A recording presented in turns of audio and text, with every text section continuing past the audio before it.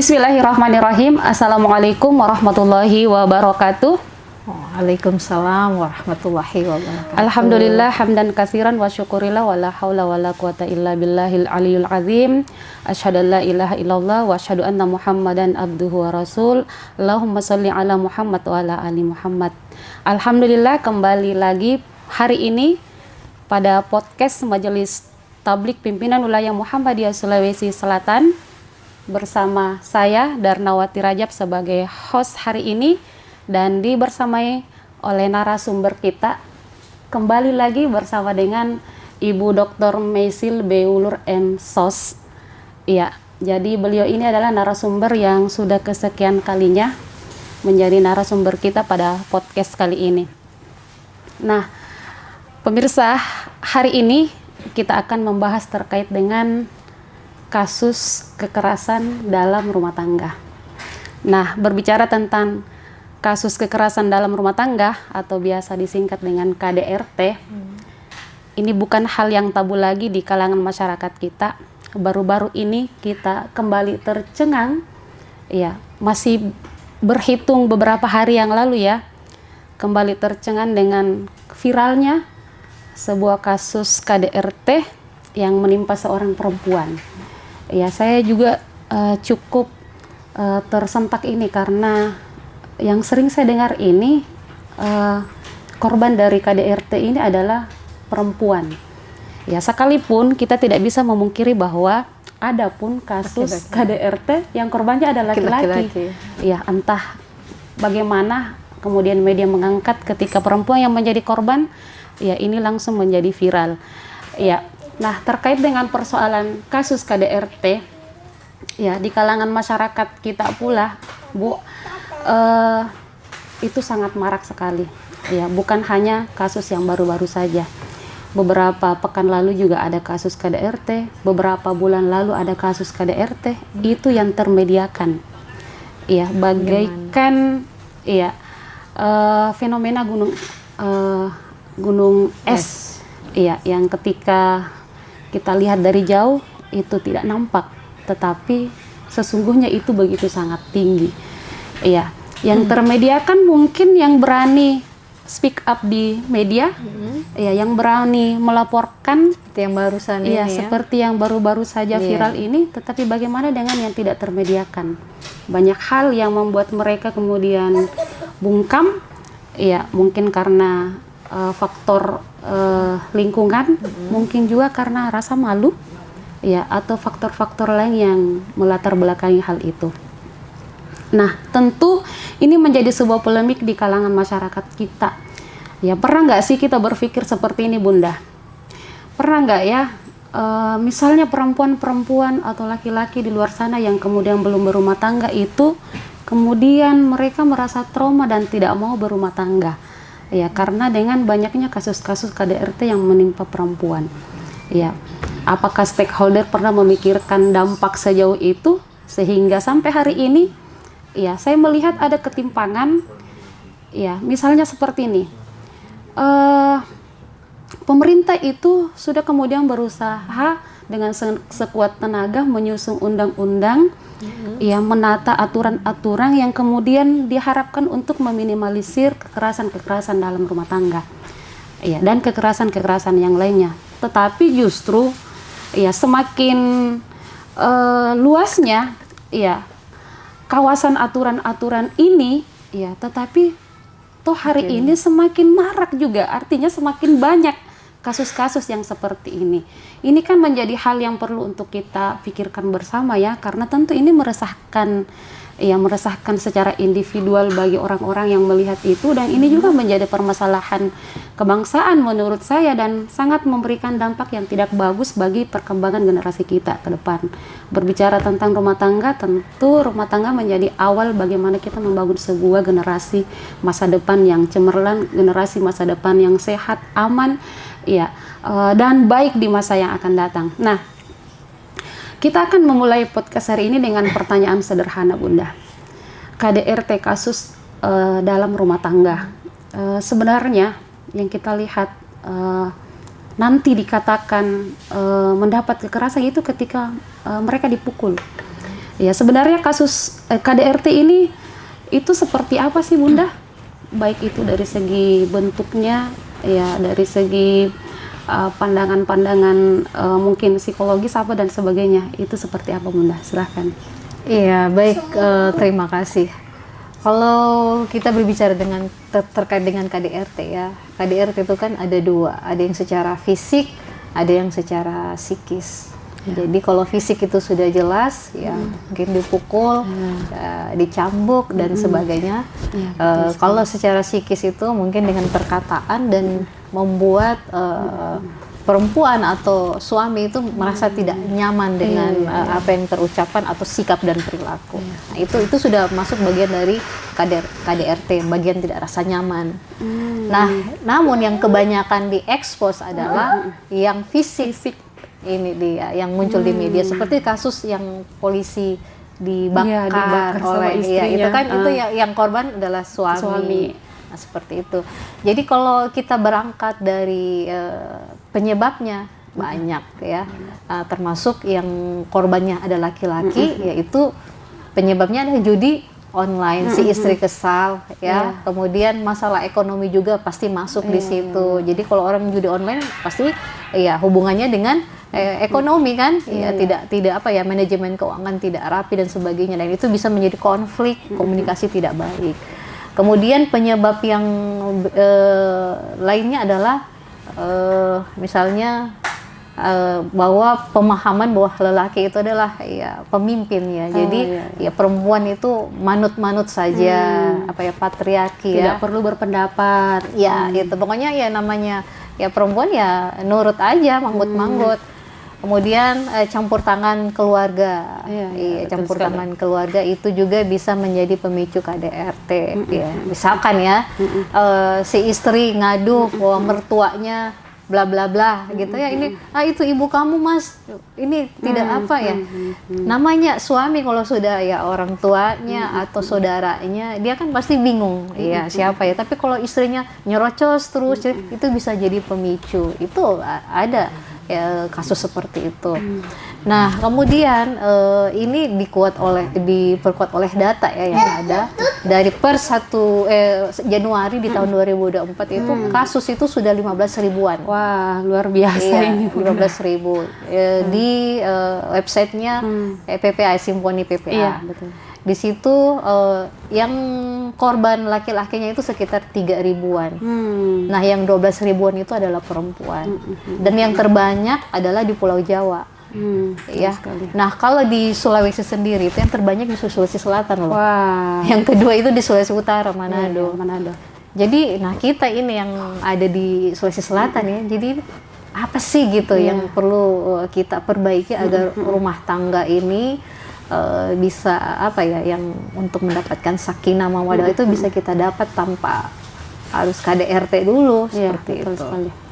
Nah, Bunda, berbicara tentang psikologi ya dalam rumah tangga yang ada kaitannya tadi dengan kasus KDRT, mungkin nggak sih kasus KDRT memang ini diawali dengan adanya ketimpangan komunikasi antara suami dan istri dalam rumah tangga. Nah, bagaimana itu menyikapi itu? Ya, jadi kita kalau kembali ke masalah psikologis, tentu ini ada hubungannya juga dengan karakter ya. Ya, kembali ke karakter. Jadi kalau saya melihat dari kacamata psikologi hubungan dengan karakter, biasanya yang menjadi konflik ya, yang konflik itu biasanya kalau dapat ya suami yang keras ya, tipe karakter misalnya yang kolerik, yang memang punya jiwa pemimpin, terus menikah dengan yang kolerik juga, ya ini itu sangat rawan KDRT. Yang mana lagi yang rawan? Yang ketika kolerik ketemu dengan sanguins. Ya, sanguins apa itu Bunda, sanguins? Itu dia itu memiliki karakter yang ceria, tapi dia agak cerewet dan sebagainya, dan apa ya, frontal, lebih dominan dalam komunikasi. Nah, ini kalau ketemu sama kolerik juga kurang cocok. Nah, kira-kira dari karakter ini yang mereka supaya tahu dengan karakternya mereka, yaitu agama sih sebenarnya jawabannya, agama. Jadi kita perlu tahu kira-kira. Iya, makasih Naya, maaf ya pemirsa, ini ada tamu kita. Iya, ini tamunya Ibu di. ya seperti itu. Ya. Jadi karakter-karakter yang ada artinya sisi buruknya ini yang harus diketahui oleh pasangan. Ya, jangan sampai ini akan menjadi kendala seperti itu. Ada poin yang saya temukan dari apa yang dibahasakan oleh Bunda Mei tadi terkait dengan karakter masing-masing ya pasangan. Nah, jadi memang perlu adanya edukasi bagi masyarakat kita ya sebelum memilih pasangan atau sebelum mereka menikah, itu perlu memang adanya pendalaman karakter satu sama lain. Ataukah bisa saja karakter ini bisa netralisir dengan adanya pemahaman. Jadi karakter juga itu tidak menjadi bahan bahwa saya nolak kamu karena karakter kita sama-sama kolerik atau karakter kita tidak nyambung. Jadi itu dikambing hitamkan ini. Kambing hitamkan itu karakter. Artinya memang di sini butuh pemahaman saja ya dalam persoalan karakter ini. Nah Bunda, sebenarnya kalau berbicara tentang membangun rumah tangga di sini memang bukan hal yang mudah ya. Jadi memang ada proses yang perlu dilalui. Nah, kira-kira bagaimana cara membangun komunikasi dalam rumah tangga itu sehingga kasus-kasus kekerasan ini baik secara psikis maupun secara fisik itu bisa ternetralisir atau minimal ya diminimalisir lah, atau minimal ketika akan terjadi sebuah kerusuhan dalam rumah tangga atau perselisihan ya ini bisa bisa diminimalisir atau paling tidak bisa sedikit di voltasenya itu lebih bisa istilahnya dikurangi seperti itu sehingga tidak terjadi kekerasan fisik maupun psikis. Oke, baik, terima kasih. Kalau untuk meminimalisir ya paling tidak namanya dalam rumah tangga itu pasti kita tidak bisa hindari namanya konflik. Tapi yang kita perlu minimalisir itu adalah KDRT yang memang sudah ke fisik ya, karena itu sangat merugikan.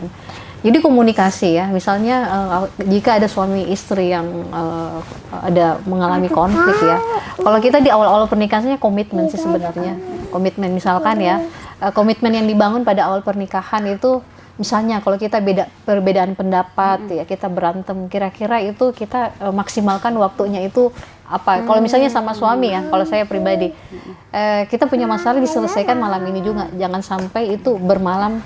Iya, jadi segera diselesaikan. Tidak berlarut-larut. Itu harus dibangun komitmen awal memang dalam pernikahan. Jadi ketika kita ada yang melanggar komitmen, tinggal kita mengingatkan lagi.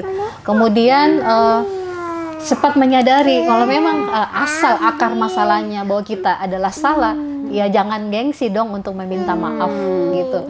Dan itu harus dibangun komitmen awal juga. Ya, karena kan perempuan laki-laki itu masing-masing punya ego dan itu tidak bisa dipungkiri. Ya, jadi kalau ego itu muncul oleh istri karena dia merasa benar, gitu pun suami merasa ego, tidak akan ketemu. Jadi mungkin harus ada salah satu yang mengalami, misalkan kita perempuan yang sudah belajar ilmu pernikahan yang mungkin laki-laki jarang, mungkin kita yang lebih sedikit menekan ego kita dan kita meminta maaf. Nah, sebenarnya kita memberikan edukasi kepada pasangan kita, karena edukasi untuk meminta maaf dengan segera ya.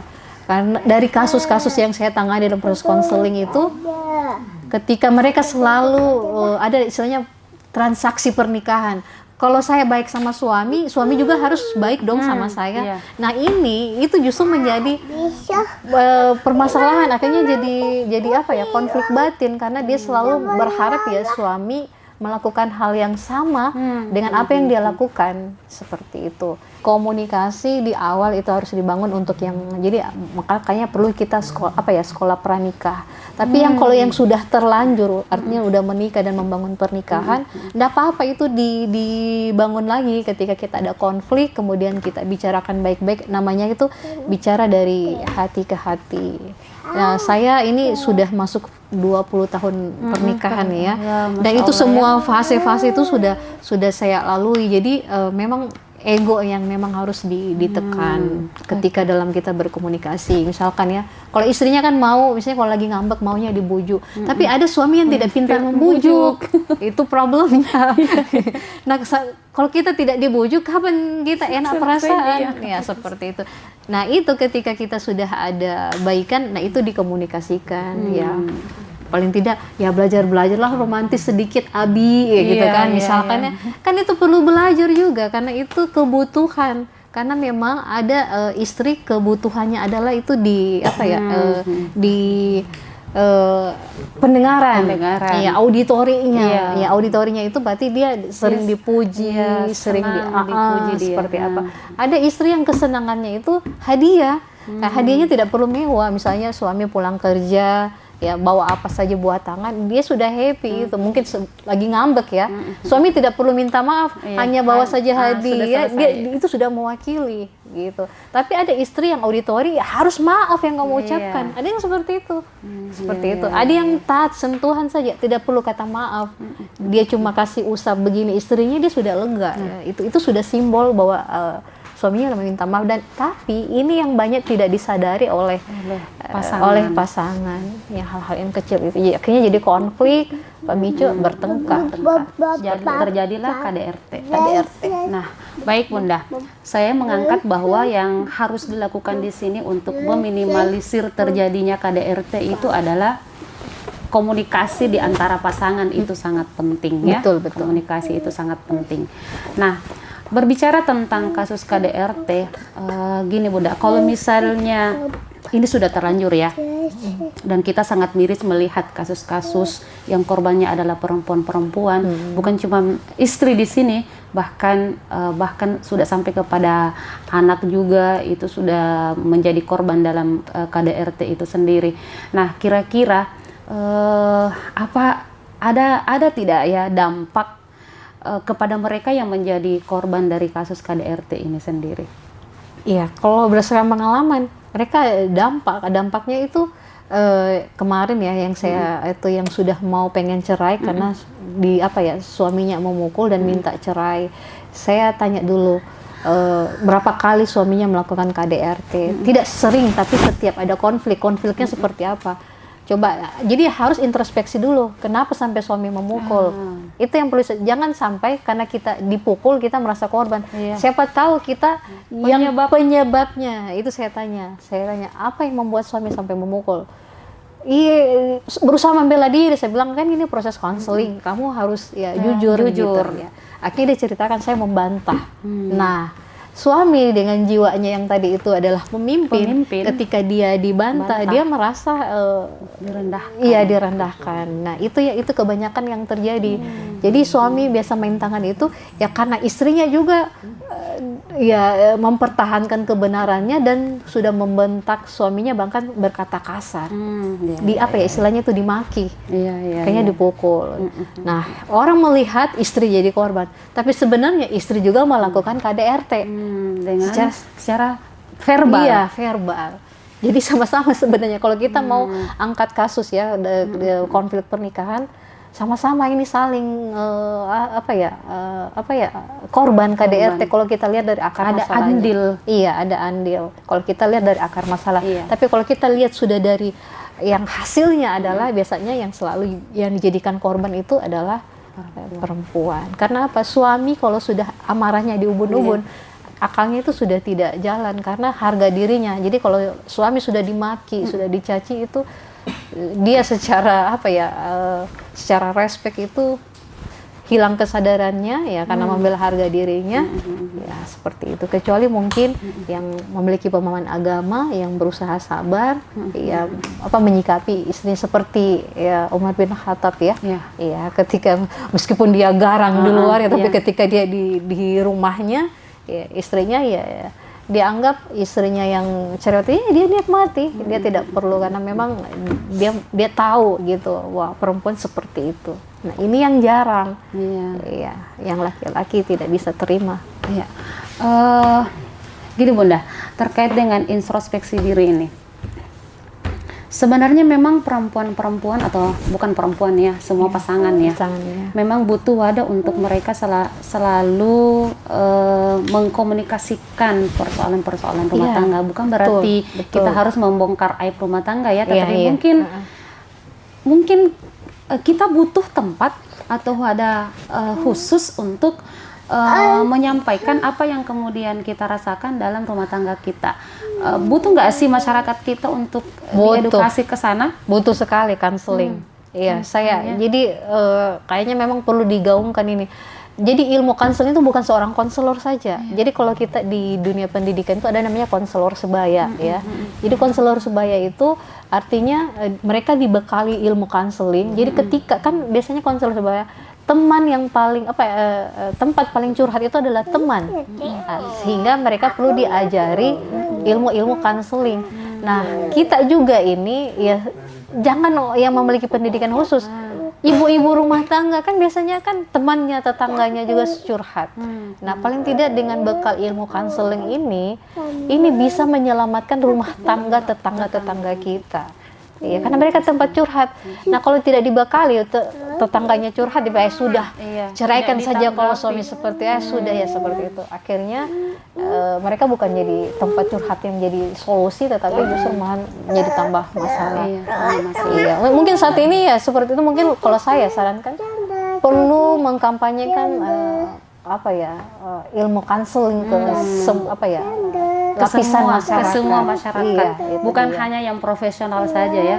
Ilmunya ilmunya bisa jadi praktis. Iya, bahkan bukan hanya ini berlaku kepada mereka yang rumah tangganya bermasalah ya, kepada mereka juga yang baik-baik saja itu mungkin perlu dikomunikasikan juga. Betul. Nah, baik Bunda, sangat menarik pembahasan kita yang sudah membahas tentang psikolog dalam rumah tangga, membahas tentang dampak, membahas tentang bagaimana cara meminimalisir persoalan KDRT ini. Ya, yang terakhir nih, saya mau tanyakan nih Bunda. Menurut Bunda, kira-kira mereka yang sudah trauma dalam kasus KDRT, apalagi mereka yang sudah bertahun-tahun ya mengalami itu, tapi mereka tidak berani speak up. Ya, semoga di masyarakat kita ini bisa mendengar apa yang kita bisa edukasikan hari ini. Ada yang bahkan sudah bercerai, ya sudah divorce, tapi mereka masih trauma luka. Ya, mereka masih memiliki luka di hati yang sulit untuk disembuhkan. Kira-kira bagaimana sih Bunda caranya untuk bisa mengembalikan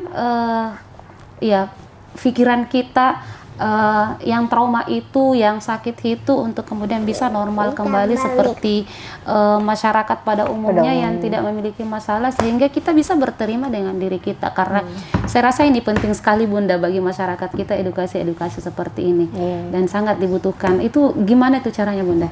Iya, kalau di saya ya layanan itu ada layanan konseling dan terapi. Jadi kalau konseling ini mungkin curhat biasa dan sebagainya.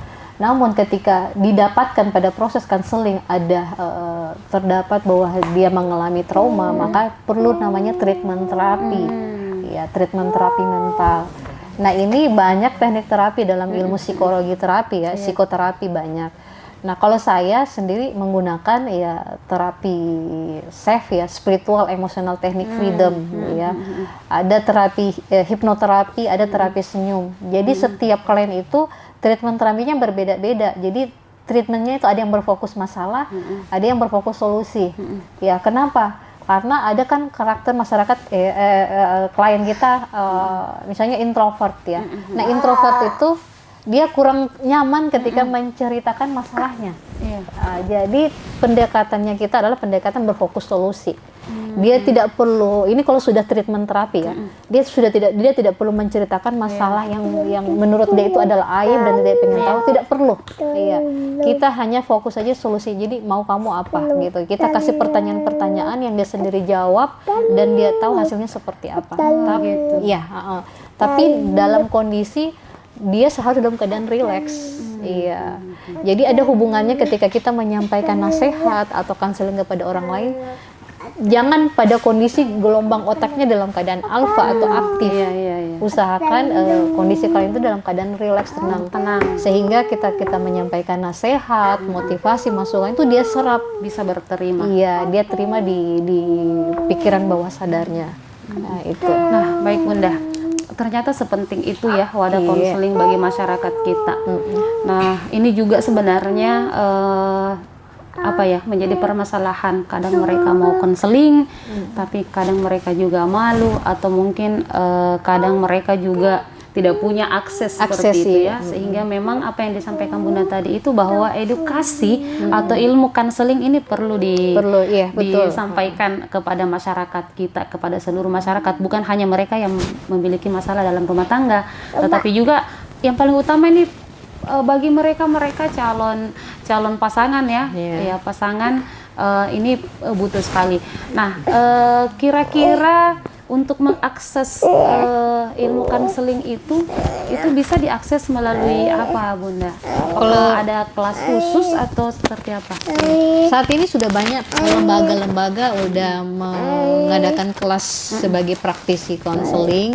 Iya, jadi bisa didapat secara pendidikan formal dan non formal. Kalau non formalnya sebagai praktisi, kalau memang non formal memang dia sebagai seorang yang pakar di bidang itu. Bahkan dia juga sebagai seorang konselornya. Jadi kalau konselor yang resmi itu biasanya itu di sekolah-sekolah. Ya, tapi kalau praktisi konselor itu ya semua elemen masyarakat dia bisa terima. Tapi kalau yang konselor sebenarnya itu identiknya itu di sekolah. Kecuali kalau psikolog itu ya itu semua elemen. Itu perbedaannya memang. Iya. Seperti itu, Bunda ya. Saya berharap kedepannya mungkin ya khusus di majelis tablik ini sebagai wadah pencerahan bagi masyarakat bisa menjadi penggerak adanya edukasi konseling, karena tentu ini sangat berdampak sekali bagi perkembangan generasi kita ke depan. Nah, baik Bunda, sangat menarik perbincangan kita hari ini terkait dengan KDRT. Saya berharap apa yang kita perbincangkan hari ini itu bisa tersampaikan ya kepada seluruh lapisan masyarakat kita dan menjadi edukasi yang sangat bermanfaat ya, minimal itu bisa meminimalisir kasus-kasus kekerasan dalam rumah tangga pada masyarakat kita. Nah, pemirsa, yang bisa saya simpulkan dari perbincangan dengan narasumber kita hari ini, sangat sulit untuk bisa mengakui kesalahan. Namun dalam persoalan dan ketika kita memiliki keinginan yang kuat untuk kemudian meminimalisir kasus-kasus dalam rumah tangga ini, maka tentu kita harus bisa mengintrospeksi diri sejauh mana kesalahan-kesalahan yang kita lakukan ya di dalam berumah tangga ataukah bersama dengan kepada pasangan kita. Kemudian yang ketiga adalah edukasi. Ya, saya rasa dalam hal apapun edukasi ini adalah hal yang sangat penting dan yang sangat utama. Ya, betul. Karena rupanya belajar itu bukan hanya pada lembaga formal saja ya. Kita bahkan bisa belajar kepada orang lain yang tidak memiliki mungkin background pendidikan yang formal, tetapi memiliki pengalaman yang cukup ya dalam persoalan-persoalan kerumah tanggahan, sehingga memang belajar di sini tidak memiliki ruang dan waktu, kapan dan di mana saja. Ya, saya selalu berpikir bahwa teman-teman sesama saya sebagai seorang perempuan, maka belajar itu adalah hal yang sangat penting bagi kita. Edukasi itu adalah hal yang sangat penting bagi kita, karena tentu kita sebagai perempuan akan menjadi ibu, ya paling tidak saat ini menjadi calon ibu yang kemudian akan melahirkan generasi. Tentu generasi-generasi yang cerdas, generasi-generasi yang terbaik itu akan lahir dari tangan-tangan ibu yang cerdas, dari tangan-tangan perempuan yang terbaik juga. Ya, saya rasa itu Bunda Mei terkait dengan topik kita hari ini sangat menarik sekali. Semoga bisa memberikan pencerahan bagi masyarakat kita di luar sana, bahwa kasus KDRT itu bukanlah menjadi hal yang perlu untuk kita kita takutkan lah, atau menjadi bahan kambing hitam untuk kita menjadi trauma membangun sebuah rumah tangga. Tetapi yakin dan percaya bahwa KDRT itu tidak akan terjadi ketika kita bisa memahami satu sama lain pasangan kita, dan kita memiliki teknik-teknik bagaimana kemudian membangun rumah tangga yang baik ya, dalam pandangan agama membangun rumah tangga yang sakinah mawaddah warahmah. Seperti itu Bunda. Ya, mungkin kayaknya nanti kita perlu membahas terkait komunikasi dalam pernikahan. Saya rasa itu topik yang sangat penting. Iya, penting. Ini kita kan lagi bahas KDRT ya. KDRT. Jadi supaya KDRT itu tidak terjadi, bagi komunikasi apa yang perlu dibangun. Baik, Bunda. Iya, itu meminimalisir sekali itu. Dan itu udah saya coba kasih treatment kepada klien saya. Nah, alhamdulillah ketika mereka praktek itu, ketika saya follow up kembali, itu sangat membantu. Iya, karena komunikasi dalam rumah tangga itu memang ada seni ya, ada seni berkomunikasi bagaimana sama pasangannya, ketika pasangan lagi apa yang tepat, waktu yang tepat, momen yang tepat ketika kita mau bicarakan hal yang urgent, yang penting. Kalaupun bukan berarti kita istri tidak bisa marah kepada suami, bisa, tapi jangan sampai kita salah momen, kita salah waktu. Wajar ya, namanya kita perempuan ya, tapi jangan, ya itu, karena salah momen itu akhirnya terjadi konflik dan terjadi KDRT. Baik, pemirsa, sangat menarik. Tawaran topik kita ke depan adalah seni komunikasi dalam rumah tangga. Saya rasa ini adalah topik yang akan kita bahas di part selanjutnya, Bunda ya. Dan saya rasa ketika masyarakat tahu tentang seni komunikasi berumah tangga, ini menjadi hal yang sangat Insya Allah rumah tangga romantis terus. Iya, betul sekali. Saya dibikin romantis. Saya pun butuh teknik-teknik seperti itu, Bunda. Nah, baik Bunda, terima kasih banyak atas waktunya hari ini menjadi narasumber di podcast Majelis Tablik Pimpinan Wilayah Muhammadiyah Sulawesi Selatan.